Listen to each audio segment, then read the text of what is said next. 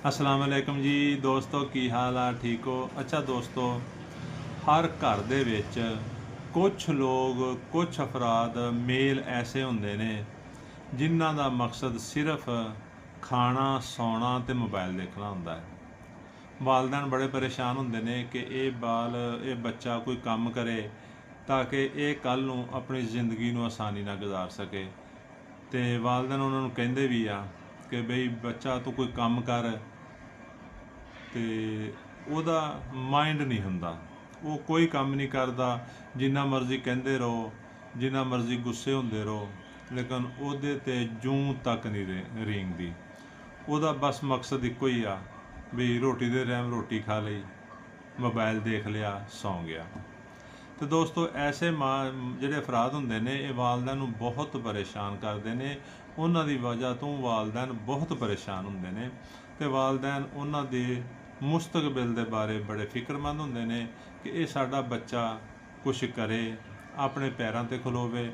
ਚਲੋ ਅਗਰ ਸਾਨੂੰ ਕੁਛ ਨਹੀਂ ਦੇ ਸਕਦਾ ਤਾਂ ਕਮ ਸੇ ਕਮ ਆਪਣਾ ਤਾਂ ਰੋਜ਼ਗਾਰ ਚਲਾਵੇ, ਆਪਣਾ ਤਾਂ ਕੋਈ ਮੁਕਾਮ ਹੋਵੇ। ਅਤੇ ਦੋਸਤੋ, ਅਗਰ ਤੁਹਾਡੇ ਵੀ ਘਰ ਦੇ ਵਿੱਚ ਤੁਹਾਡਾ ਵੀ ਕੋਈ ਬੱਚਾ, ਭਾਈ, ਦੋਸਤ ਐਸਾ ਹੈ ਜਿਹੜਾ ਕੰਮ ਕਰਨ ਨੂੰ ਅੱਛਾ ਨਹੀਂ ਸਮਝਦਾ, ਕੰਮ ਕਰਨਾ ਆਪਣੀ ਜ਼ਿੰਦਗੀ ਦਾ ਮਕਸਦ ਨਹੀਂ ਸਮਝਦਾ, ਉਹ ਕਹਿੰਦਾ ਕਿ ਸਭ ਫਜ਼ੂਲ ਕੰਮ ਨੇ, ਅਤੇ ਪਰੇਸ਼ਾਨ ਨਹੀਂ ਹੋਣਾ, ਤੁਹਾਡਾ ਦੋਸਤ, ਤੁਹਾਡਾ ਭਾਈ ਡਾਕਟਰ ਨਸੀਮ ਅਰਾਈ ਫਰਾਮ ਛੱਤਾਪੁਰ ਅੱਜ ਤੁਹਾਨੂੰ ਇੱਕ ਐਸੀ ਰੈਮਡੀ ਦੱਸਣ ਵਾਲਾ ਹੈ ਜਿਹਦੇ ਇਸਤੇਮਾਲ ਦੇ ਨਾਲ ਉਹੀ ਬੱਚਾ, ਉਹੀ ਘਰ ਦਾ ਫਰਦ ਜਿਹੜਾ ਕਿਸੇ ਦੀ ਗੱਲ ਨਹੀਂ ਸੁਣਦਾ, ਕੋਈ ਕੰਮ ਨਹੀਂ ਕਰਦਾ, ਉਹ ਆਪਣਾ ਕੰਮ ਵੀ ਕਰੇਗਾ ਅਤੇ ਉਹ ਆਪਣਾ ਰੋਜ਼ਗਾਰ ਵੀ ਕਮਾਏਗਾ।